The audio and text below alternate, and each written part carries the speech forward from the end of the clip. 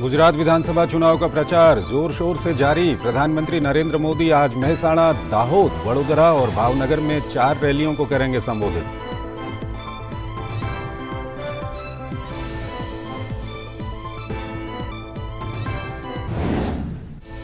गुजरात में सभी पार्टियों के दिग्गज नेता प्रचार में जुटे। भाजपा के वरिष्ठ नेता अमित शाह चुनावी रैलियों को करेंगे संबोधित। वहीं कांग्रेस और आम आदमी पार्टी के नेता भी प्रचार में झोंक रहे हैं पूरी ताकत।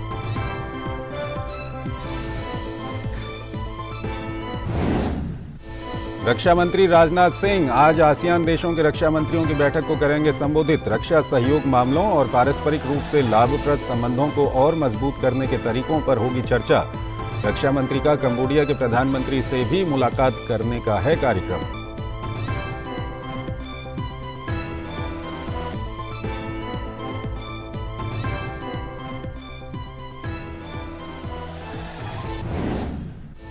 भारत ने फार्मा क्षेत्र में हासिल की अप्रत्याशित सफलता। फार्मा उत्पादों का निर्यात अप्रैल-अक्टूबर 2022 में 2013 की समान अवधि की तुलना में 138% बढ़ा।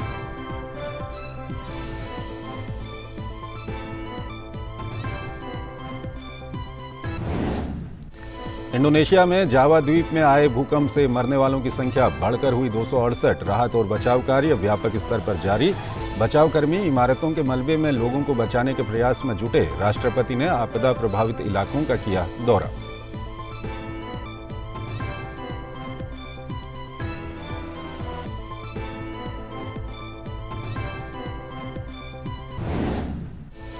फीफा विश्व कप 2022 में गत विजेता होल्डर्स फ्रांस ने ग्रुप स्टेज के पहले मुकाबले में ऑस्ट्रेलिया को 4-1 से दी मात। लियोनेल मेसी के विश्व कप के सपने को सेंध लगाने के लिए सऊदी अरब ने अर्जेंटीना को चौंका दिया।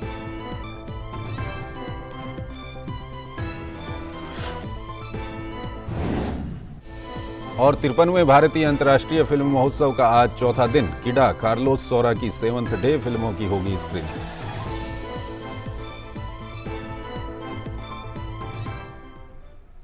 और आइए अब खबरों को विस्तार से देखते हैं। गुजरात में राजनीतिक दलों के वरिष्ठ नेताओं के दौरों के साथ विधानसभा चुनावों का प्रचार तेज होने लगा है।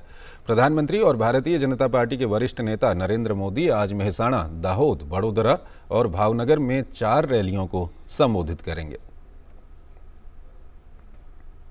गृह मंत्री और भाजपा के वरिष्ठ नेता अमित शाह भी राज्य में कई जनसभाओं को संबोधित करेंगे। अमित शाह राजकोट, सुरेंद्रनगर के दसाडा, सूरत के बारडोली में जनसभाएं करेंगे। दूसरी ओर कांग्रेस के नेता और पूर्व मंत्री मनीष तिवारी और पार्टी प्रवक्ता आलोक शर्मा आज चुनाव प्रचार में भाग लेंगे।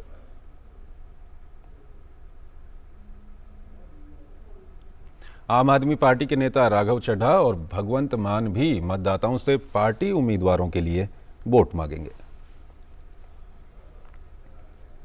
और इस सब के बीच भारतीय जनता पार्टी ने टिकट न मिलने पर निर्दलीय उम्मीदवार के रूप में नामांकन करने वाले अपने 12 सदस्यों को निलंबित कर दिया है। गुजरात में 2 चरणों में होने वाले विधानसभा चुनाव में करीब 4,91,35,000 मतदाता 1,621 उम्मीदवारों के भाग्य का फैसला करेंगे। ये भी उल्लेखनीय है कि इन मतदाताओं में 10,000 लोग 100 वर्ष की आयु पूरी कर चुके हैं। और चाय पर चुनावी चर्चा तो आम बात है, आपने बहुत सुनी भी होगी, लेकिन गुजरात के अमरेली में लोग भजिए और पकौड़े की दुकानों पर भी चुनावी चर्चा करते हैं। अमरेली के इस दिलचस्प चुनावी माहौल का जायजा लिया हमारे सहयोगी नीरज सिंह ने।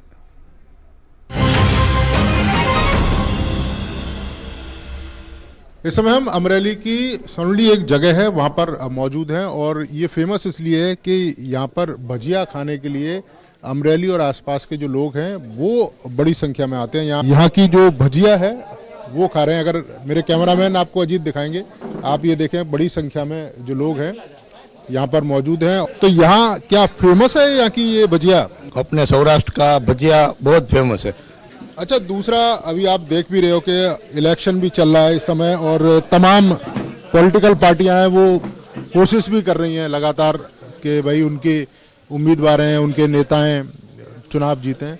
अभी अगर हम अमरेली की बात करें, पिछले 4-5 साल में कितना बदलाव इस इलाके में आपको देखने को मिला है? गवर्नमेंट ऑफ गुजरात की बात करें तो यहाँ इंडस्ट्रीज की काफ़ी नई पॉलिसियाँ आती है और उसके हिसाब से गवर्नमेंट ने जो इंसेंटिव दिया है इंडस्ट्रीज़ को, उसके हिसाब से अमरेली का बहुत ज़्यादा विकास हुआ है।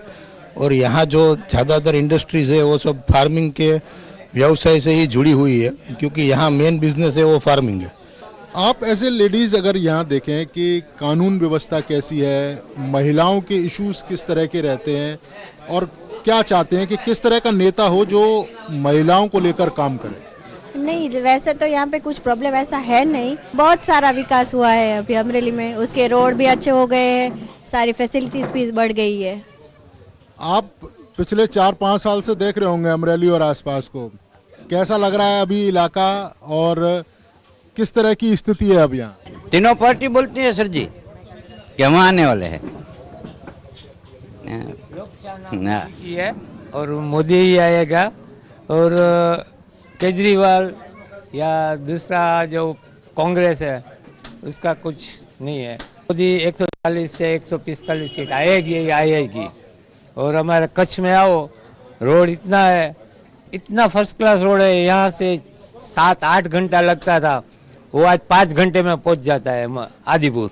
रात को कभी निकलने में कभी ऐसा लगा कि कभी डर महसूस हुआ हो? केवल आसानी से आप जा सकती हैं, कहीं भी जाना हो? हाँ, आसानी से जा सकते हैं, कोई दिक्कत नहीं है। रात को भी बहुत सुरक्षा महसूस होता है। मतलब कभी भी किसी भी टाइम निकलना हो? हाँ हाँ, कभी भी किसी भी टाइम कोई दिक्कत ही नहीं है। महिलाओं को लेकर आप कुछ माता जी बोलेंगी, क्या कैसी स्थिति है अभी गुजरात में? गुजरात में स्थिति अच्छी है, ये सरकार ही रहेगी तो भी अच्छी ही रहेगी। गुजरात के अंदर भी महिलाओं को लेकर जो काम किए जा रहे हैं, आप लोग संतुष्ट हैं? बहुत संतुष्ट है, बहुत अच्छा काम है। 4-5 साल में कितना अमरेली में आपको विकास दिखाई दे रहा है, कितना बदलाव आया? 60% बदलाव हो गया सर, पहले से अच्छा है। अभी सब कुछ चलता है, अच्छा रहता है। रात ना 2 बजे तक धंधे कर सकते हम, पहले ऐसा नहीं होता था। ये बीजेपी की सरकार से हमको ज़्यादा फायदा मिला है। यहाँ के लोगों का मानना है कि जिस तरीके से पिछले 4-5 सालों में काम किए जा रहे हैं उससे वो लोग संतुष्ट हैं, लेकिन विकास एक ऐसी परिकल्पना है कि जो लगातार होते रहने की ज़रूरत है, क्योंकि विकास का पहिया रुकना नहीं चाहिए। कैमरामैन अजीत के साथ नीरज सिंह, डीडी न्यूज़, अमरेली।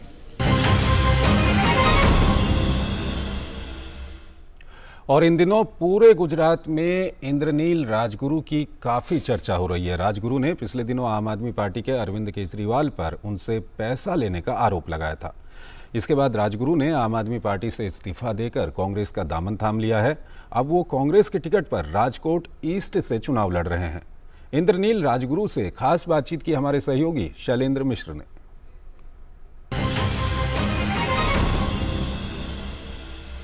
गुजरात के चुनावी सफर में हम मौजूद हैं सौराष्ट्र के राजकोट में। राजकोट यानी सौराष्ट्र का केंद्र बिंदु, और जो भी सौराष्ट्र की राजनीति को समझते हैं, खास तौर पर कांग्रेस की राजनीति को जानते हैं, इंद्रनील राजगुरु को जरूर जानते होंगे।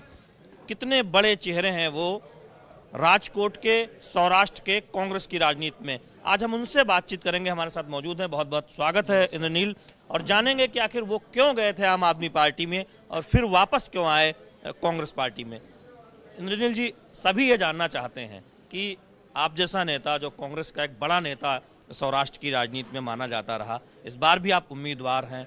आप अगर 2012 में देखें तो आप विधानसभा चुनाव भी जीते थे।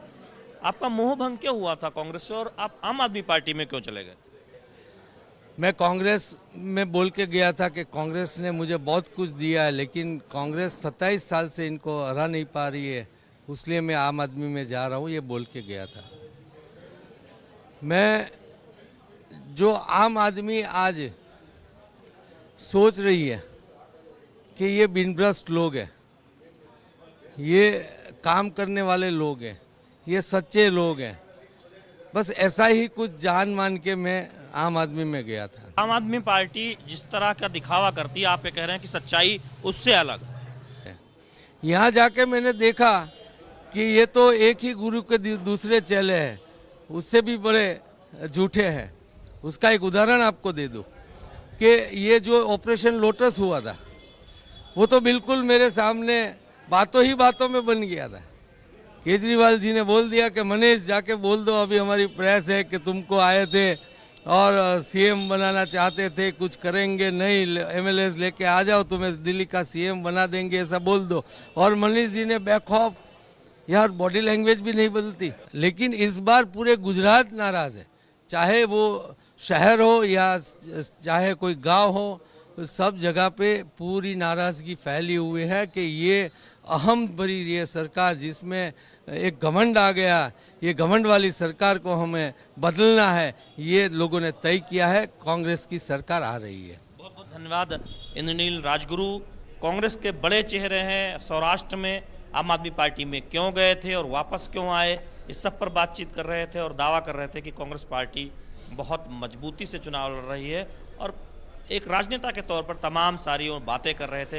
लेकिन सबसे महत्वपूर्ण बात जो उन्होंने कही वो आम आदमी पार्टी पर निशाना साधा और कहा कि आम आदमी पार्टी जो कहती है दरअसल उससे उलट वो करती हुई दिखाई देती है और यही वजह है कि वो कांग्रेस में वापस आए हैं। राजकोट से कैमरामैन संजय जैना के साथ मैं शैलेंद्र मिश्र, डीडी न्यूज।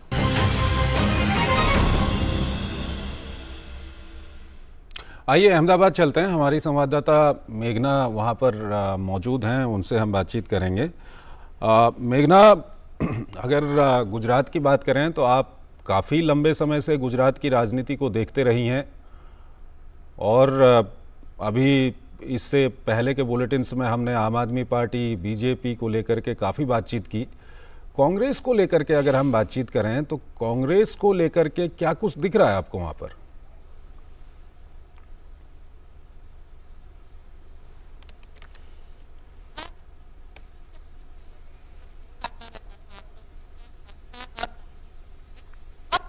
मुकाबला त्रिकोणीय हो गया है और इस बार आम आदमी पार्टी ही चर्चा का विषय है और ताकत भी बेशक झोंक रखी है। ग्राउंड पर भी हम देख रहे हैं, रैलियां हो रही हैं, रोड शो हो रहे हैं, सब कुछ हो रहा है। लेकिन कांग्रेस का ऐसा कहना है कि वो ज्यादा फोकस जो है वो डोर टू डोर प्रचार में और लोगों तक जाकर प्रचार करने की कोशिश कर रही है।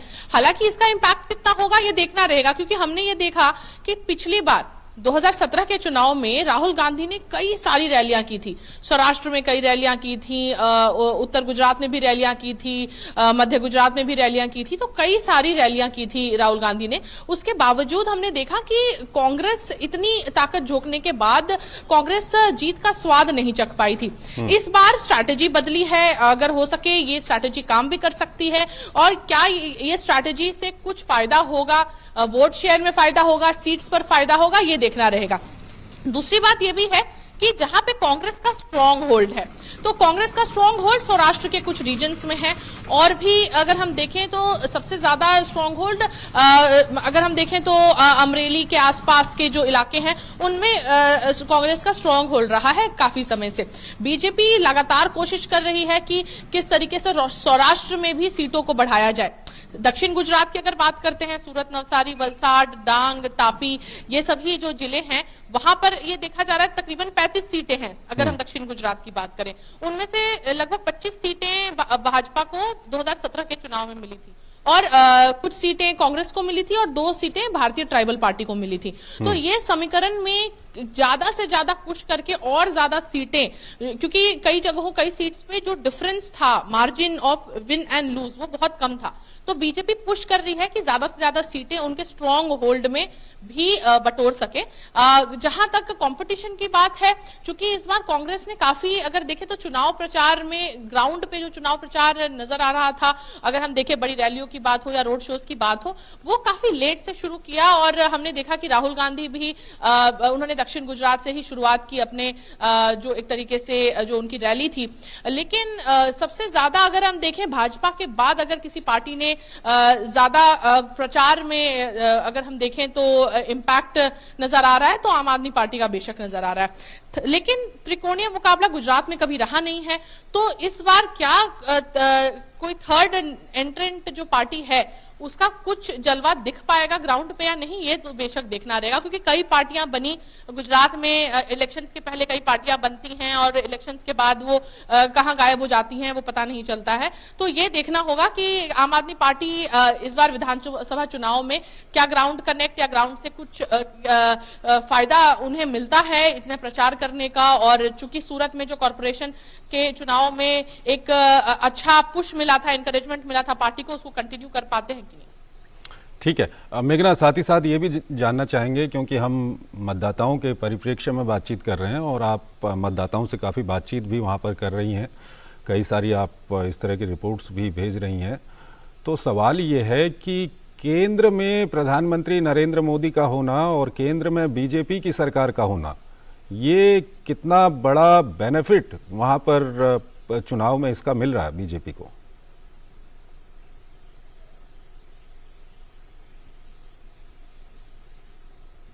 देखिए, ये तो बेशक भाषणों में साफ तौर पर नजर आता है कि जब प्रधानमंत्री नरेंद्र मोदी कहते हैं नरेंद्र भूपेंद्र की डबल इंजन सरकार, तो इस चीज का तो इम्पैक्ट बेशक यहाँ पर नजर आता है। और जिस किस्म का कार्यकाल प्रधानमंत्री नरेंद्र मोदी का रहा है एज मुख्यमंत्री यहाँ गुजरात में, उसको ही कंटिन्यू एक तरीके से देखते हैं तो दूसरे जो भी चीफ मिनिस्टर्स आए या दूसरी जो भी कैबिनेट बनी गुजरात में, वो कंटिन्यू एक तरीके से होते आ रहा है। अभी भी गुजरात में जनता के अंदर यही है कि पीएम मोदी ही उनका नेता है। ये एक तरीके का अगर हम देखें मोटा मोटी कंसेंसस ग्राउंड पे भी नजर आता है। कई जगहों पर यह भी है कि इस बार क्या कोई नया फेस चुनना चाहेंगे, क्या नए फेस में इंटरेस्टेड हैं, क्या नई पार्टी को मौका देने में लोग इंटरेस्टेड हैं। लेकिन यहाँ पर सिर्फ ये हो जाता है कि बीजेपी अपना रिपोर्ट कार्ड दिखाकर और जो शुरुआत से ही जो विकास का मुद्दा लेकर हर जगह पर उतरती है, तो बीजेपी विकास का मुद्दा लेकर उतर रही है। जहां पर फेसेस अगर हम देखें एंटी इनकम्बेंसी महसूस होने लगती है, वहां पे नया चेहरे को मौका देते हैं, युवा चेहरे को मौका देते हैं, नए फेस को मौका देते हैं। तो वहां पर एक चीज है जो एंटी इनकम्बेंसी को प्रो इनकम्बेंसी में बदलने का ये आर्ट जो है वो भाजपा के पास है। और गुजरात में ये आर्ट कई जगहों पर हमने देखा है कारगर भी साबित हुआ है। लेकिन इस बार कई जगहों पर से विरोध की आवाज उठी थी। भारतीय जनता पार्टी के बीच में ही जिनको टिकट नहीं मिली थी उन लोगों ने भी थोड़ा विरोध किया था। कई लोगों ने अगर हम देखें तो कार्यकर्ताओं ने भी नाराजगी व्यक्त की थी। हालांकि ये सभी नाराजगी को मैनेज किया गया, लेकिन फिर भी कई लोगों को सस्पेंड करना पड़ा भारतीय जनता पार्टी को एंटी पार्टी एक्टिविटीज के लिए, क्योंकि कई ऐसे पूर्व विधायक हैं या कई ऐसे लोग हैं जिनको टिकट की उम्मीद थी, उन्हें टिकट नहीं दिया गया, नए चेहरे को मौका दिया गया, तो ऐसे लोगों ने इंडिपेंडेंट अपना नॉमिनेशन फाइल कर दिया है। तो ऐसे कई लोगों को भी इस बार भाजपा को टैकल करना एक बड़ा एक चैलेंज बेशक नजर आ रहा है ग्राउंड पे कि नया चेहरा है, लेकिन किस तरीके से क्या समर्थन बट जाएगा, क्या पार्टी विरोधी एक्टिविटीज जो लोग करते हैं क्या वो कुछ वोट काट कर ले जाएंगे। तो ये बेशक एक मैनेजमेंट है जो भाजपा को करना पड़ेगा। मेघना, एक सवाल और यहाँ पर जानना चाहेंगे क्योंकि बीजेपी वहाँ पर सत्ता में है और बीजेपी जिस तरह से कई राज्यों में बीजेपी ने चुनाव लड़ा है, बीजेपी को जीत मिली है। बीजेपी के जो कोर मुद्दे हैं, क्योंकि गृह मंत्री अमित शाह भी वहाँ पर प्रचार कर रहे हैं, चाहे हम कश्मीर से धारा 370 हटाने की बात करें या अभी वहाँ पर गुजरात में जो सबसे बड़ा कदम अभी पिछले कुछ दिनों यूसीसी को लेकर के वहाँ पर गुजरात की सरकार ने उठाया है उसकी हम बात करें, या देश की सुरक्षा की सर्जिकल स्ट्राइक, एयर स्ट्राइक, ये सब जो मुद्दे हैं जो बीजेपी के सबसे बड़े ताकतवर मुद्दे इनको कहा जा सकता है, इनको लेकर के क्या कुछ वहाँ पर चल रहा है? और खासकर यूसीसी को लेकर के, क्योंकि गुजरात सरकार ने एक बड़ा कदम अभी उठाया था।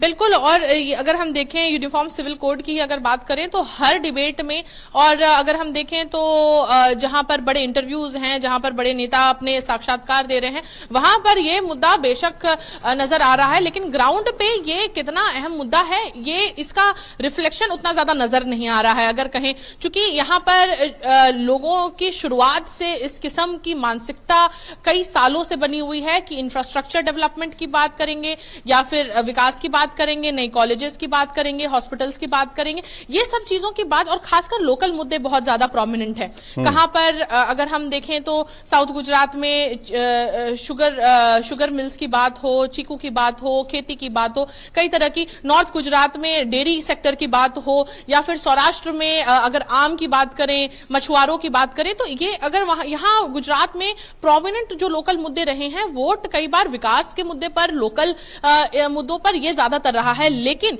जब से प्रधानमंत्री नरेंद्र मोदी दिल्ली गए हैं तब से एक चीज ये बेशक नजर आ रही है कि केंद्र के भी मुद्दों का गुजरात पर इफेक्ट पड़ता है। अगर हम देखें तो मानसिकता पर इफेक्ट पड़ता है।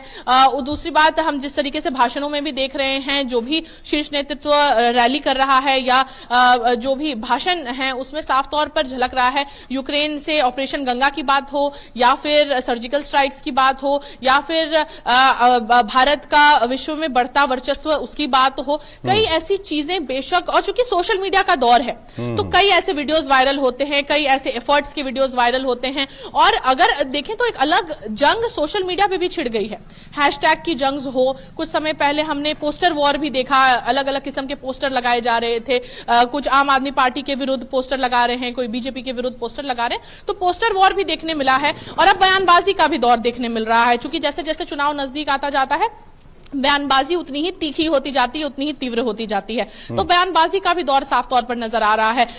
और प्रधानमंत्री नरेंद्र मोदी को ने इस बात को कहा कि किस तरीके से औकात की बात कर रही है कांग्रेस, किस तरीके से दूसरी पार्टियां औकात की बात कर रही हैं। और कई बार कांग्रेस को इस लापरवाह बयानबाजी का खामियाजा उठाना पड़ा है और ये चीज साफ तौर पर नजर आती है। तो कई बार बयानबाजी करने में, वॉर ऑफ वर्ड्स में चूक जाते हैं, जिसके कारण नुकसान नजर आता है।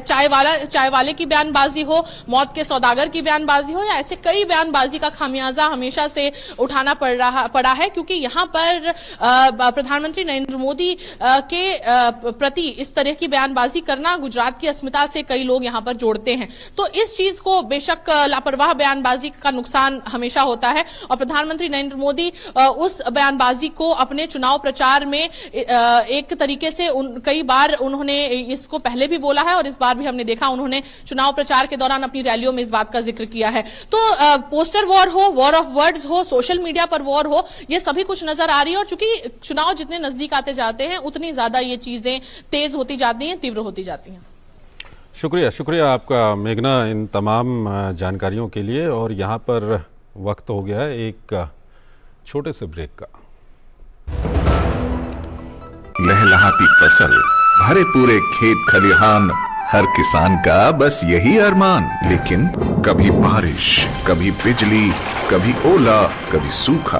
प्रकृति का तो नहीं मगर नुकसान का उपाय है AIC से फसल बीमा। Agriculture insurance company of India limited, AIC। पापा ये सब? हाँ, जो चीजें सालों से बेवजह पड़ी हो उन्हें हटा देना चाहिए। ये भी दादाजी की पुरानी पासबुक और FD। अरे ये कैसे रह गया? पैसे गए? नहीं, उपाय है। बैंक खाते को संचालित करते रहना चाहिए, वरना खाता इनऑपरेटिव हो जाता है। ऐसे में बैंक से संपर्क करें, खाता सक्रिय करवाएं और आपकी रकम जो है उसे ब्याज समेत क्लेम करें। दादू ये RBI कहता है जानकार बनिए, सतर्क रहिए। सही कह रहा है। स्वागत है आपका ब्रेक के बाद। अहोम सेनापति लचित बारफुकन की 400वीं जयंती का समारोह आज से नई दिल्ली में शुरू हो रहा है। यह आयोजन 3 दिन तक चलेगा। केंद्रीय वित्त मंत्री निर्मला सीतारमण इस अवसर पर विज्ञान भवन में एक प्रदर्शनी का उद्घाटन करेंगी। केंद्रीय विधि मंत्री किरण रिजिजू भी शाम को एक सांस्कृतिक कार्यक्रम में मुख्य अतिथि होंगे। प्रधानमंत्री नरेंद्र मोदी शुक्रवार को समापन समारोह में शामिल होंगे, जबकि गृह मंत्री अमित शाह बृहस्पतिवार को इसमें भाग लेंगे।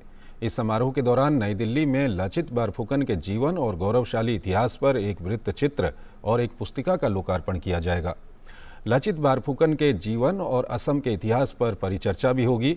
सुप्रसिद्ध इतिहासकार जोगेंद्र नाथ फुकन ने लचित बारफुकन के जीवन का चित्रण किया है। लचित बारफुकन ने सरायघाट के प्रसिद्ध युद्ध में मुगलों को पराजित किया था।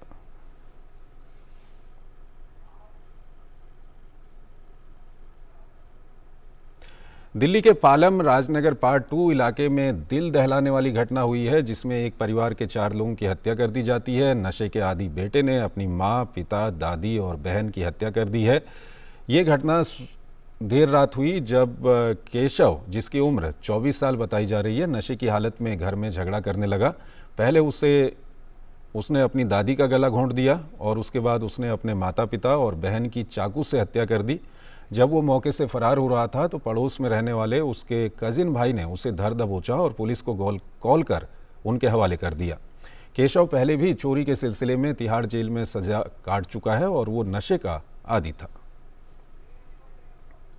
गेट के ऊपर एक साफट होती है जाली वाली, उसे तोड़ के मैं अंदर घुसता हूँ, उसका दरवाज़ा खोलता हूँ और सोफ़ा हटाता हूँ। अंदर जब सब जाते हैं तो देखते हैं कि सबकी डेथ हो रही है। नशा का आदी था, उसको नशा हर टाइम चाहिए होता था और जब उसने मर्डर किया वो तब भी नशे में। मुकेश शुक्ला हमारे साथ जुड़ रहे हैं। मुकेश, क्या कुछ आपके पास जानकारी है इस वक्त? चंद्रशेखर, ये यूं कहें कि बीती रात का मामला है जिस समय केशव ने अपने परिवार के 4 लोगों की हत्या कर दी। नशे का आदी था और नशे के अवज में इसने इस घटना को अंजाम दिया। अभी इसकी पुलिस रिमांड ली गई है। उसमें क्या निकल करके आता है कि क्या खाली नशा ही इसकी वजह थी, पैसे की डिमांड करता था या कुछ और कारण था जिस वजह से इसने इस हत्याकांड को अंजाम दिया। लेकिन सबसे दिल दहलाने वाली ये घटना है जिसमें खुद एक बेटे के द्वारा अपने परिवार के तमाम सदस्यों को मार दिया जाता है, जिसमें पहले उसने अपनी दादी का गला घोट करके हत्या की गई। उसके बाद उसके पिता जब आते हैं ऑफिस से तो उनको बोलता है कि दादी सो रही हैं, काफी देर से उठी नहीं है, आप एक बार देखो उनको क्या हुआ है। वो जब देखने जाते हैं रूम में तो उनकी भी वो चाकू से हत्या कर देता है। उसके बाद इसी सीक्वेंस में उसकी जब माँ आती है तो उनको बोलता है कि पिताजी नहीं आए हैं। पिताजी की भी देखने के लिए जब माँ जाती है तो वहां जाकर के पीछे से उनकी हत्या कर देता है। और सबसे ज्यादा जो दर्दनाक हो जाता है उसमें वो बहन की हत्या करता है, जो बताया जा रहा है 21 या 22 साल की थी। अभी उसने नर्सिंग का कोर्स कंप्लीट किया था। ये तमाम लोग कहीं ना कहीं नौकरी करते थे और उसके बाद जैसे जैसे ये घर में आते हैं इस हत्याकांड को केशव द्वारा जो है अंजाम दिया जाता है। काफी सनकी बताया जाता है। आस पड़ोस के लोग कह रहे हैं कि वो डेस्परेटली इस तरह से हंगामे किया करता था, लगातार पैसे मांगता था, डिमांड करता था। एटीएम की चोरी में उसका नाम था। एक और घटना में उसको तिहाड़ की सजा हो चुकी थी, तिहाड़ से आया था। सभी को, आसपास के लोगों को भी वो कहीं ना कहीं धमकाता था। जो साथ के पड़ोस के रिश्तेदार हैं, कजन्स हैं, जिसमें कुलदीप नाम के व्यक्ति ने उसको पकड़ा जब छोटी बहन द्वारा चिल्लाने की आवाज आई कि बचाओ बचाओ। ऊपर जब वो जाता है तो वहां पे सब सन्नाटा होता है। वो पूछता है तो केशव कहता है तुम जाओ, ये हमारे परिवार का मैटर है। ऐसे में वो कहीं ना कहीं साफट के द्वारा अंदर घुसने की कोशिश करता है और देखता है कि 4 लोगों की जब वहां पर हत्या हो चुकी होती है तो पुलिस कॉल कर दी जाती है। पुलिस आती है मौके पे और 4 लोगों को मृत पाया जाता है। कहीं ना कहीं दर्दनाक घटना है। और नशे जिसके लिए तमाम लोग यहाँ कहीं ना कहीं बात करते हैं कि नशा इस तरह का नशा हो जाता है कि आपको पता ही नहीं लगता कि क्या कर रहे हैं, क्या हो रहा है। और किस तरह के नशे ये करता था, किस तरह के ड्रग्स के नशे करता था, खाली अल्कोहलिक था, इन तमाम चीजों का तो अभी तफ्तीश में पता लग पाएगा। लेकिन ये कहीं ना कहीं तमाम जो समुदाय है या यहाँ की जो कम्युनिटी है वो इससे हैरान है, सकते में। पड़ोस के लोग कह रहे हैं कि वारदातें तो झगड़े करता था लेकिन इतने बड़े घटनाक्रम को अंजाम दे देगा, कहीं ना कहीं ये उनको भी समझ नहीं आ रहा है। अभी जो तमाम परिवार के लोगों की जो पोस्टमार्टम रिपोर्ट आनी बाकी है उसमें निकल करके आएगा कि क्या उस वक्त हुआ बीती रात जिसने इस पूरे घटनाक्रम को अंजाम दिया। लेकिन ये तमाम लोगों के लिए एक संदेश है जो नशे के आदी हैं कि वो नशे की लत में इस तरह से कहीं ना कहीं लिप्त हो जाते हैं। उन्हें अपने आसपास, अपने परिवार, किसी की चिंता नहीं होती है। और जिसकी वजह से इसने इस घटनाक्रम को अंजाम दिया, कैसे उसने हत्या करी होगी, ये जघन्य अपराध किया होगा। परिवार के 4 लोगों की निर्मम हत्या कर दी उसने। किस तरह के नशे में था वो कह रहे थे। जब सुबह वो भाग रहा था स्कूटी पे तो उसके पीठ पे 2 बैग थे, एक आगे था एक पीछे था। किसके द्वारा उसको यहाँ पर ये बताया गया था कि क्या डिमांड वो करना चाहता था, ये सब तमाम चीजें जो है वो तफ्तीश में निकल करके आएंगी। हमें मुकेश, जो आरोपी पुलिस की गिरफ्त में है, पुलिस उससे पूछताछ कर रही है। अभी ये बताइए कि क्या शवों को पोस्टमार्टम के लिए भेज दिया गया है? बिल्कुल चंद्रशेखर, रात में ही पुलिस ने पोस्टमार्टम के लिए शवों को भेज दिया, पास ले लिया था कस्टडी में। और उन्होंने बता दिया था कि सभी लोग मारे जा चुके हैं, किसी को हॉस्पिटल में किसी तरह की कोई गुंजाइश नहीं बची है। अभी उसकी जो है पुलिस रिमांड की डिमांड है उसको कोर्ट में पेश किया जाएगा। उस पुलिस रिमांड में ये पता निकल करके आएगा कि क्या हुआ था, उसने खाली नशे की लत में इस घटना को अंजाम दिया या इसके पीछे कुछ और मंशा थी उसकी, किसी के द्वारा उसको बरगलाया गया था। क्योंकि वो तमाम ऐसे लोगों के बीच में रहता था जो नशे की गिरफ्त में रहते थे, नशे के आदी थे। और बार बार परिवार द्वारा उसको समझाया जाता था, कहा जाता था और वो दादी से अपनी रिक्वेस्ट कर लेता था। और दादी का जो परिवार में एक तरह से ना नहीं होती थी उनकी, तो वो बार बार उनको ले आते थे यहाँ पर कि ठीक है अब सुधर जाएगा, अब सुधर जाएगा। लेकिन बीती रात उसने सबसे पहले दादी से ही शुरुआत करी हत्या की और उसके बाद उसने एक एक करके परिवार के तमाम लोगों को मौत के घाट उतार दिया। पूरे इलाके में कहीं ना कहीं सनसनी फैली हुई है। बिल्डिंग को सील कर लिया गया है अभी और तमाम फॉरेंसिक जांच की जा रही है। जो बीती रात हो चुकी थी उसके बाद जो और कुछ जांच है बाकी है उसको भी यहाँ पर खंगालने की कोशिश की जा रही है और लोगों से बात करने की कोशिश की जा रही है कि किस तरह की मंशा थी, क्या और कारण निकल करके सामने आते। शुक्रिया आपका आप मुकेश इन तमाम जानकारियों के लिए। तो काफ़ी जघन्य हत्याकांड है ये, परिवार के 4 लोगों की हत्या कर दी व्यक्ति ने, और उस इलाके में इसके बाद काफ़ी वहाँ पर खौफ और सनसनी वहाँ पर फैली हुई है। एक छोटा सा ब्रेक लेते हैं।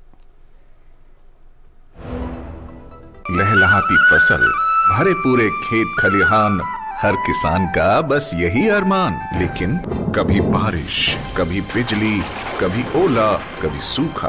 प्रकृति का तो नहीं मगर नुकसान का उपाय है। AIC से फसल बीमा। Agriculture insurance company of India limited, AIC। स्वागत है आपका ब्रेक के बाद। भारत ने फार्मा क्षेत्र में अप्रत्याशित सफलता हासिल की है। भारत के फार्मा उत्पादों का निर्यात अप्रैल-अक्टूबर 2022 में 2013 की समान अवधि की तुलना में 138% बढ़ गया है। केंद्रीय स्वास्थ्य मंत्री मनसुख मंडाविया ने ट्वीट कर इसकी जानकारी दी है। मनी लॉन्ड्रिंग मामले में दिल्ली की तिहाड़ जेल में बंद मंत्री सत्येंद्र जैन का अब दूसरा वीडियो जारी हुआ है। ये वीडियो साफ तौर पर उनके ठीक से भोजन न मिलने वाले दावे को नकार रहा है। इस सीसीटीवी फुटेज में सत्येंद्र जैन अपनी सेल में अच्छे तरीके का खाना खाते हुए दिखाई दे रहे हैं। इसके साथ ही वो फल और सूखे मेवे भी खाते नजर आ रहे हैं। तिहाड़ जेल के सूत्रों ने कहा कि जेल में रहने के दौरान सत्येंद्र जैन का वजन 8 किलो बढ़ गया है, जबकि उनके वकील ने दावा किया था कि उनका वजन 28 किलो कम हो गया है।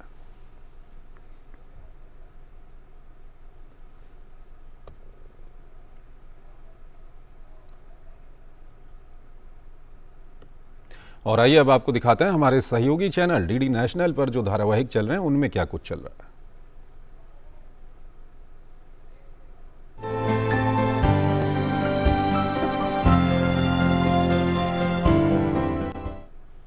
नमस्कार, डीडी प्रीमियर्स में आज फिर आपका स्वागत है।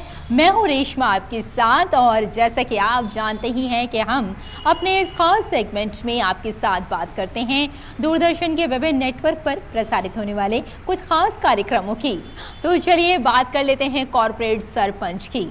आज के इस धारावाहिक में आप देखेंगे कि कीर्ति अपने घरवालों को महंगा सामान खरीदने के लिए मना करती है और साथ ही मां का धन्यवाद करने के लिए व्रत भी रखती है। आपके अकाउंट में मैंने 2000 रुपए ट्रांसफर कर दिए और अब आइंदा से जोश में आकर महंगे सामान खरीदने की कोई जरूरत नहीं है।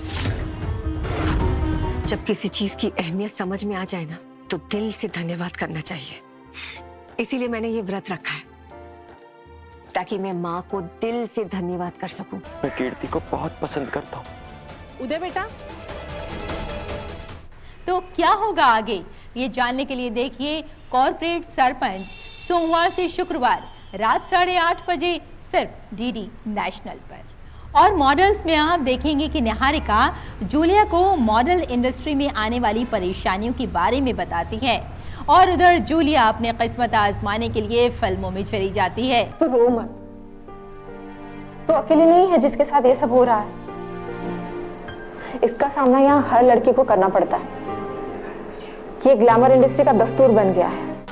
अब तो देखना, मैं ना उससे बात नहीं करूंगी। हाँ नहीं मम्मा, मम्मा आप उसको गलत समझ रहे हो। जूलिया ऐसी नहीं है। मैं एक साफ सुथरी क्लीन मूवी बनाता हूँ। रिलैक्स, टेंशन मत लो। सर, काश सब लोग आपके जैसे होते। नहीं जूलिया, सब लोग एक जैसा हो नहीं सकता। ये हमारा हाथ देखो, ये हाथ का उंगलियां, ये एक बराबर नहीं है। तो क्या जूलिया कामयाब हो पाएगी, ये जानने के लिए देखिए मॉडल्स सोमवार से शुक्रवार रात 8 बजे सिर्फ डीडी नेशनल पर। तो आप उठाइए इन खास धारावाहिकों का आनंद और हमें यही अनुमति दीजिए। नमस्कार।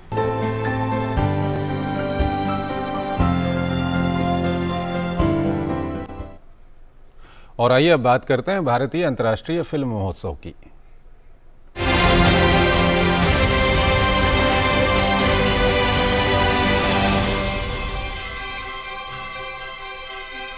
अंतर्राष्ट्रीय फिल्म महोत्सव के चौथे दिन आज कई रेड कार्पेट प्रीमियर देखने को मिलेंगे, जिनमें बॉलीवुड अभिनेत्री यामी गौतम की investigative drama thriller film lost शामिल है। वहीं कुरंगू पैडल अरियप्पू विभाजन की विभीषिका अनकही कहानियां गोल्डन पिकॉक अवार्ड की प्रतिस्पर्धा में हैं। इसके साथ ही अभिनेता अनुपम खेर स्क्रीन और थिएटर के लिए मास्टर क्लास ऑन परफॉर्मिंग में नजर आएंगे। अन्य मास्टर क्लास को कबीर खान, आनंद राय, लव रंजन, अनन्या बिड़ला संबोधित करेंगे। इसके साथ ही फिल्मों की स्क्रीनिंग में कीडा, कार्लोस सौरा की सेवंथ डे, अजुम्मा के साथ अन्य फिल्में शामिल हैं। और गोवा में भारतीय अंतर्राष्ट्रीय फिल्म महोत्सव में कई मशहूर हस्तियां शिरकत करने पहुंची हैं। इस मौके पर हिंदी फिल्म अभिनेता मुकेश ऋषि भी अपने बेटे राघव ऋषि के साथ इस महोत्सव में आए हुए हैं। उनसे खास बातचीत की हमारी संवाददाता शैला निगार ने। इस समय हमारे साथ मौजूद है मुकेश ऋषि, जो कि एक मंझे हुए कलाकार हैं, और साथ में उनके बेटे राघव। आप दोनों का बहुत बहुत स्वागत है दूरदर्शन में। आप अपनी फिल्म निडर के लिए यहाँ आए हैं। अगर निडरता की बात करें तो आपका जीवन भी निडरता से भरा रहा है। आपने ऐसे ऐसे दमदार रोल किए हैं कि आप और आपने अपनी एक्टिंग से उन रोल में जो जान डाली है वो देखने लायक रही है। मैं भी फिल्मी फैमिली से नहीं था, तो इसलिए एक डर हमेशा रहता था कि अच्छा करना है, तो अच्छा करने के लिए पूरा दिमाग लगाते, हमेशा ऑलवेज आई एम देयर। तो उसमें सीखते सीखते यहाँ तक पहुँचे हैं और अभी भी कुछ ना कुछ सीखने को मिलता है। अब आप लेकर आ रहे हैं फिल्म निडर, और निडर में आपके साथ आपके बेटे भी है, तो कैसे आप दोनों ने कैसे मैच किया? अगर राघव मैं आपसे जानना चाहूँ। अच्छी प्रेपरेशन थी, अच्छा टाइम था, अच्छा होमवर्क किया था हमारे डैड ने एंड डायरेक्टर सर ने। जब आपका कैप्टन क्लियर है, डायरेक्टर क्लियर है कि उसको क्या चाहिए क्या नहीं, मेरे लिए बहुत ही आसान हो गया कि मुझे क्या करना चाहिए। ये दो जनरेशन्स हैं एक साथ, तब की जनरेशन में और अब की जनरेशन में काफ़ी फ़र्क आ गया है।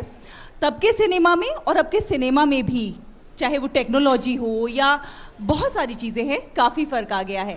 ऐसे में आप दोनों दौर के बीच में जो सामंजस्य बिठा रहे हैं वो कैसे करते हैं? आज के दौर में एजुकेशन बहुत आ गया है।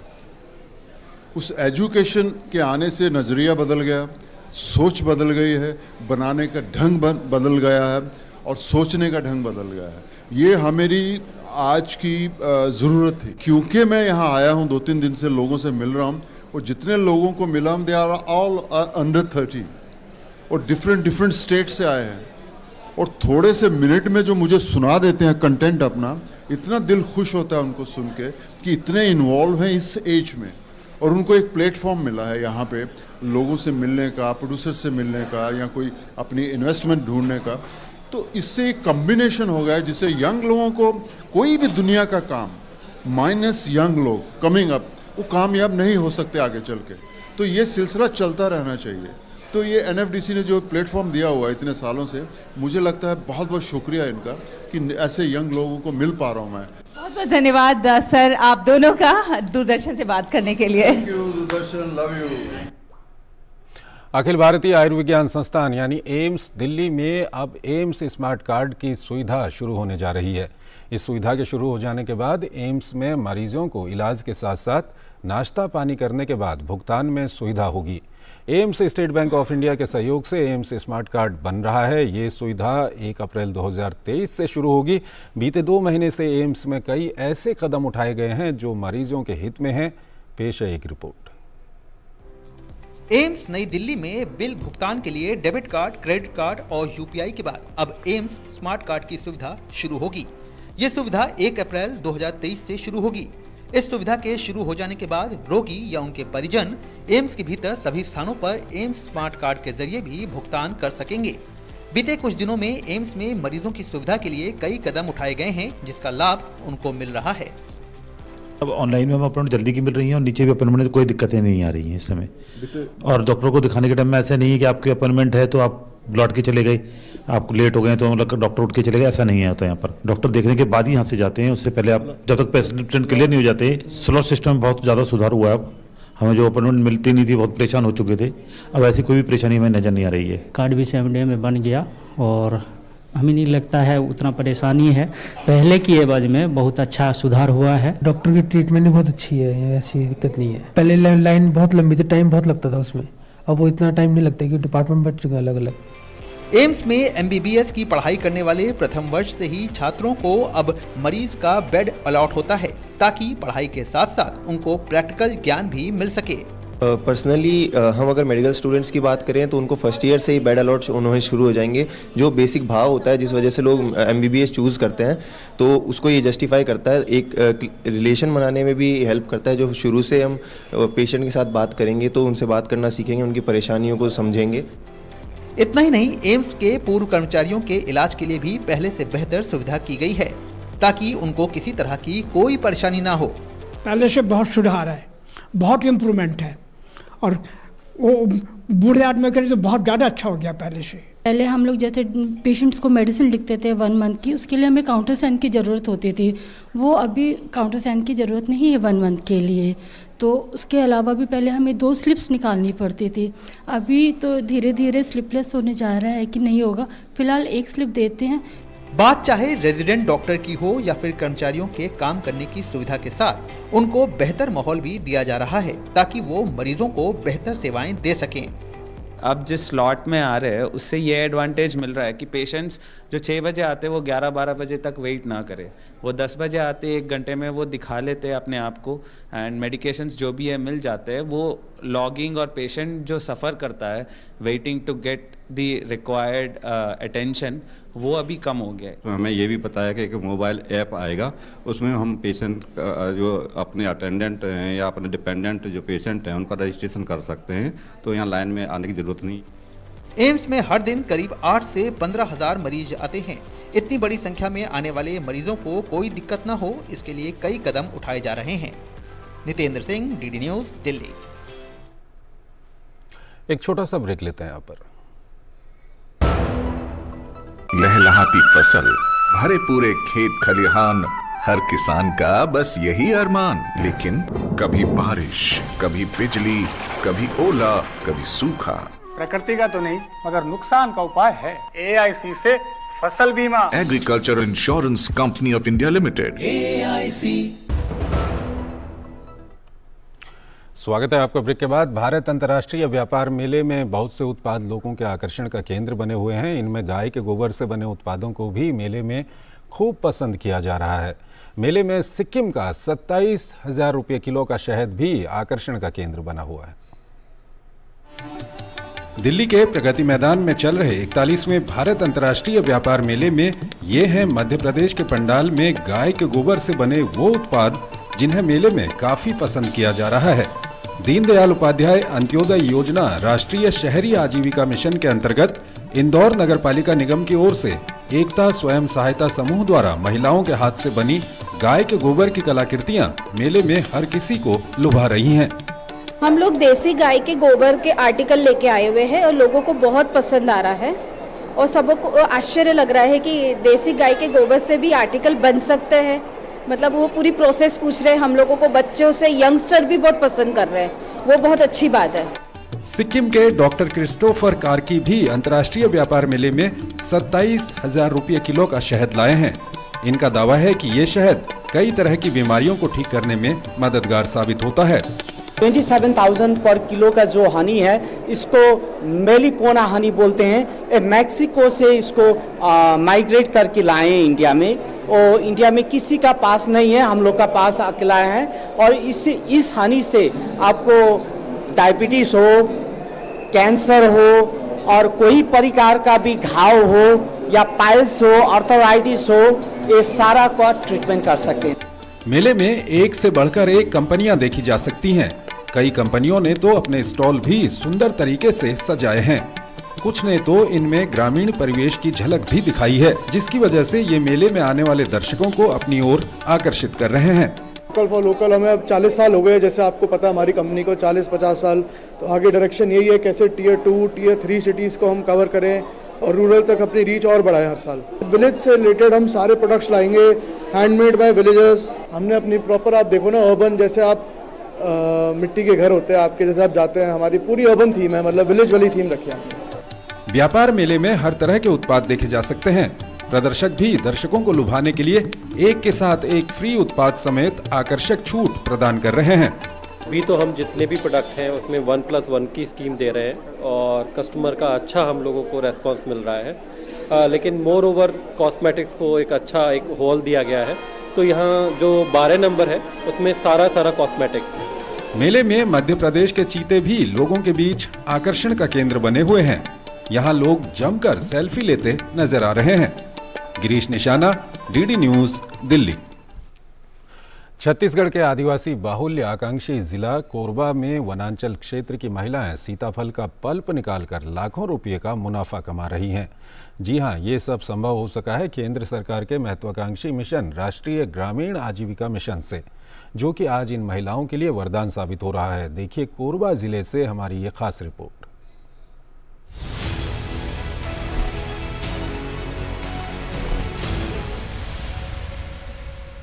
केंद्र सरकार की महत्वाकांक्षी राष्ट्रीय ग्रामीण आजीविका मिशन महिलाओं के लिए वरदान साबित हो रही है। छत्तीसगढ़ के आदिवासी बहुल आकांक्षी जिले कोरबा में वनांचल क्षेत्र की महिलाओं को रोजगार से जोड़कर आत्मनिर्भर बनाने की दिशा में जिला प्रशासन द्वारा विशेष प्रयास किए जा रहे हैं। इस मिशन के तहत स्थानीय ग्रामीण महिलाओं को सीताफल की प्रोसेसिंग कर पल्प निकालने का प्रशिक्षण दिया गया। प्रशिक्षण लेने के बाद महिलाओं ने इस सीजन में करीब 17 क्विंटल पल्प निकाला है। इस पल्प को जहां महिला समूह 250 से 300 रुपए प्रति किलो की कीमत पर बाजार में बेच रही हैं, वहीं जिला प्रशासन की मदद के बाद समूह की महिलाएं खुद भी सीताफल के पल्प से आइसक्रीम बनाकर 2 गुना फायदा कमा रही हैं। एक समूह है जिसको उससे पल्प निकालने का ट्रेनिंग दिया गया है। तो पहला काम ये होता है, कलेक्शन का काम करते हैं, उसमें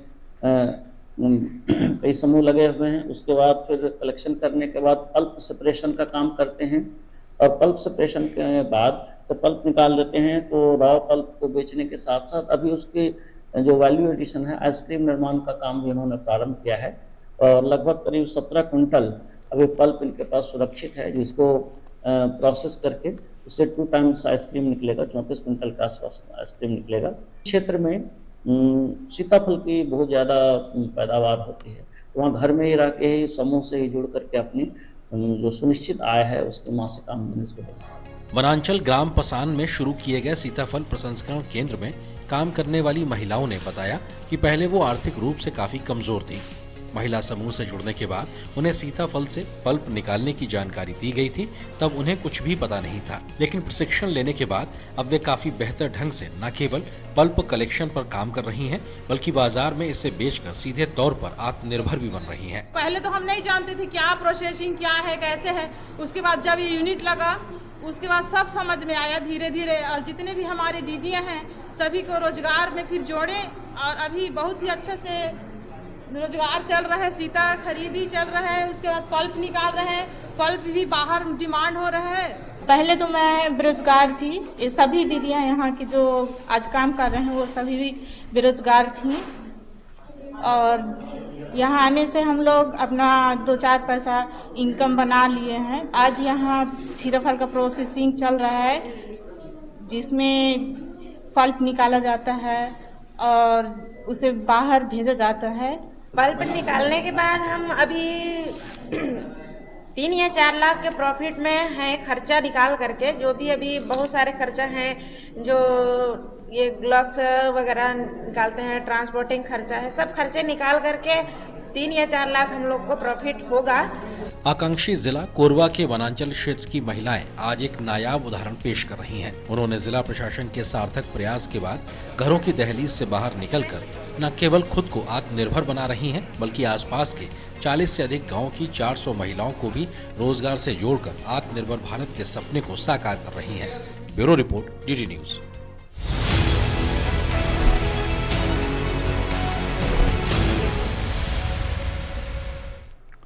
इंडोनेशिया में जावा द्वीप में आए भूकंप से मृतकों की संख्या बढ़कर 268 हो गई है। अधिकारियों ने बताया कि इसमें 1000 से अधिक लोग घायल हुए हैं। वहां की राष्ट्रीय आपदा शमन एजेंसी ने कहा है अभी भी 151 लोग लापता हैं। एजेंसी ने कहा कि इस क्षेत्र में 22,000 मकान क्षतिग्रस्त हो गए हैं। अमेरिकी भूवैज्ञानिक सर्वेक्षण के आंकड़ों के अनुसार 5.6 की तीव्रता के भूकंप का केंद्र पश्चिमी जावा के सियानजुर शहर में 10 किलोमीटर की गहराई में स्थित था। भूकंप प्रभावित क्षेत्र घनी आबादी वाला है और वहां भूस्खलन की आशंका भी बनी रहती है। बचावकर्मी इमारतों के मलबे में लोगों को तलाशने और बचाने के प्रयास में लगे हुए हैं। इंडोनेशिया के राष्ट्रपति जोको विडोडो ने मंगलवार को सियानजुर का दौरा किया और लोगों को ज़रूरतमंदों तक सरकार द्वारा मदद पहुंचाए जाने का भरोसा दिया। और आइए अब बात करते हैं कतर में चल रहे फीफा विश्व कप की।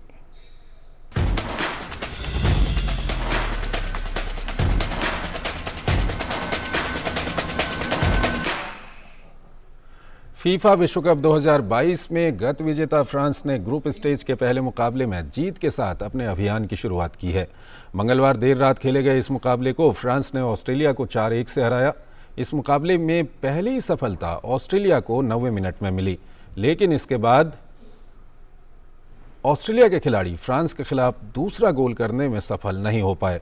वहीं मुकाबले के पहले हाफ के 27वें मिनट में फ्रांस के एड्रियन रैबिओट को पहली सफलता हाथ लगी। इसके बाद 32वें मिनट में ओलिवियर गिरोड ने दूसरा गोल करते हुए 2-1 की बढ़त हासिल कर ली। दूसरे हाफ के 68वें मिनट में एम्बापे और फिर 71वें मिनट में ओलिवियर गिरोड ने ऑस्ट्रेलिया के खेमे में चौथा गोल दागते हुए मुकाबले को 4-1 से अपने नाम कर लिया। फीफा विश्व कप 2022 में बड़ा उलटफेर देखने को मिला। मंगलवार को खेले गए इस मुकाबले में खिताब की प्रबल दावेदार अर्जेंटीना को सऊदी अरब ने 2-1 से हरा दिया। इस हार के बाद अर्जेंटीना का 36 मैचों से चला आ रहा अजेय रिकॉर्ड टूट गया। ग्रुप सी में खेले गए इस मुकाबले में पहला गोल अर्जेंटीना की तरफ से 10वें मिनट में लियोनेल मेसी ने किया। ये गोल पेनल्टी के जरिए आया। मुकाबले के पहले हाफ तक अर्जेंटीना 1-0 से आगे रही, लेकिन दूसरे हाफ में सऊदी अरब का शानदार खेल देखने को मिला। दूसरा हाफ शुरू होने के महज 3 मिनट बाद ही सऊदी अरब की तरफ से सालेह अल शेहरी ने अर्जेंटीना के खेमे में गोल दागकर मुकाबले को बराबरी पर ला दिया। इसके बाद 53वें मिनट में सऊदी अरब की ओर से सालेम अल डोसारी ने दूसरा गोल करते हुए मुकाबले में दोगुनी बढ़त हासिल कर ली। अर्जेंटीना की टीम मैच के आखिरी समय तक वापसी करने की कोशिश में जुटी रही। फीफा विश्व कप में आज दिन के पहले मुकाबले में मोरक्को और क्रोएशिया की टीम आमने सामने होंगी। ग्रुप एफ का ये मैच अलबेयत स्टेडियम में खेला जाएगा। दोनों देश अपना छठा विश्व कप खेल रहे हैं। दोनों देशों के हाल के प्रदर्शन के हिसाब से क्रोएशिया की टीम मजबूत स्थिति में है। मोरक्को के सामने फीफा विश्व कप 2018 की उपविजेता क्रोएशिया एक बड़ी चुनौती होगी। हालांकि दोनों टीमें ग्रुप चरण के पहले मुकाबले में जीत के साथ अपने अभियान की शुरुआत करना चाहेंगी। फीफा विश्व कप 2022 के ग्रुप ई में आज 4 बार की चैंपियन जर्मनी और जापान अपने पहले मुकाबले में एक्शन में नजर आएंगे। ये मुकाबला दोहा के खलीफा इंटरनेशनल स्टेडियम में खेला जाएगा। इस मुकाबले में जर्मनी की कोशिश पिछले फीफा विश्व कप में मिले अनुभव को खत्म करने की होगी। वहीं दूसरी ओर जर्मनी का सामना करने के लिए तैयार जापान भी ग्रुप चरण के अपने पहले मैच में जीत के इरादे से मैदान में उतरेगी। फीफा विश्व कप में आज तीसरे मुकाबले में स्पेन और कोस्टारिका की टीम आमने सामने होंगी। दोनों टीमों के बीच मुकाबला बेहद रोमांचक होने की उम्मीद है। एक तरफ कोस्टारिका की टीम के अधिकतर खिलाड़ी युवा हैं, वहीं दूसरी तरफ स्पेनिश टीम में पैड्री और गावी जैसे अनुभवी खिलाड़ी मैदान में उतरेंगे। ऐसे में आज का ये मुकाबला युवा जोश और अनुभव के बीच होगा। रूस में खेले गए पिछले विश्व कप में स्पेन की टीम नॉकआउट में नहीं पहुंच पाई थी। आज के मुकाबले में दोनों टीमों की कोशिश जीत के साथ अपने अभियान की शुरुआत करने की होगी। सर्दी में बाहर जाना और व्यायाम करना किसी को भी पसंद नहीं आता। शारीरिक सक्रियता भी कम हो जाती है और इसके कारण जोड़ प्रभावित होते हैं। आइए जानते हैं कि क्यों बढ़ती है इस मौसम में जोड़ों की समस्याएं और कैसे इन्हें दूर रखा जा सकता है। सर्दियों में जोड़ों में दर्द और जकड़न जैसी समस्याएं बढ़ जाती हैं। सर्दी के मौसम का प्रभाव हमारे जोड़ों पर पड़ता है। खास तौर पर वो लोग जिन्हें पहले से ही जोड़ों की समस्या हो, उन्हें काफी परेशानी होती है। सर्दी के दिनों में अक्सर जो है जोड़ों का दर्द, मांसपेशियों का दर्द, कमर का दर्द, गर्दन का दर्द अचानक से बढ़ने लगता है। इसका मुख्य कारण है कि जो पेन के जो सेंसर हैं जोड़ों के अंदर, वो कोल्ड से स्टिमुलेट हो जाते हैं और उसमें पेन का एहसास बढ़ जाता है। हमारे शरीर में जो है ब्लड की सर्कुलेशन, खासकर उंगलियों में, अंगूठों में ब्लड का सर्कुलेशन कम होने लगता है, उससे भी जो दर्द बढ़ जाता है। सर्दी के दिनों में जो बाहरी वातावरण में एटमॉस्फेरिक प्रेशर जो कम होता है, उसकी वजह से जोड़ों में मांसपेशियों में सूजन आती है, तनाव होता है और दर्द महसूस होने लगता है। इस तरह के मौसम में जो सन एक्सपोजर कम होता है तो विटामिन डी भी कम बनने लगती है और जोड़ और हमारे जो बोन्स की वीकनेस को बढ़ाती है, उससे भी पेन ज़्यादा होता है। जोड़ों की समस्याओं से बचाव के लिए क्या किया जाए, ये समझना जरूरी है। हमारी जो बॉडी को जो है मूवमेंट में रखना चाहिए, रेगुलर एक्सरसाइज करनी चाहिए, वार्म अप करना चाहिए, स्ट्रेच आउट करना चाहिए, अपनी बॉडी का जो हाइड्रेशन मेंटेन करना चाहिए, लो बैलेंस डाइट लो और वेट को लूज करना चाहिए। इसी तरीके से जो है हमारी जो बॉडी का जो मूवमेंट है, मसल्स का जो है फ्लेक्सिबिलिटी है, उसको बनाए रखना चाहिए। अपने आप को जो बिस्तर तक सीमित नहीं करना चाहिए, जिससे कि जो है आपकी जो स्टिफनेस बढ़े, मूवमेंट कम हो। कुछ खाने में भी कुछ ऐसी चीज़ें हैं जो इस मौसम में अवॉइड करनी चाहिए। उसमें जैसे कि सॉल्ट है, शुगर है, रिफाइंड जो कार्बोहाइड्रेट है, प्रोसेस फूड है, उनका सेवन कम करना चाहिए। और जो ग्रीन वेजिटेबल है, गार्लिक है, जिंजर है, ग्रीन टी है, नट्स हैं, फ्रूट्स हैं, बेरीज है, ऑलिव ऑयल है, इस तरह की चीज़ों का सेवन करने से जो है जोड़ों को जो है दर्द का एहसास कम होता है। नियमित व्यायाम करें जिससे शारीरिक सक्रियता बनी रहे और जोड़ों की समस्याएं परेशान न करें। किरण भारद्वाज, डीडी न्यूज। तो इस बुलेटिन में फिलहाल इतना ही। आप बने रहिए डीडी न्यूज के साथ। नमस्कार।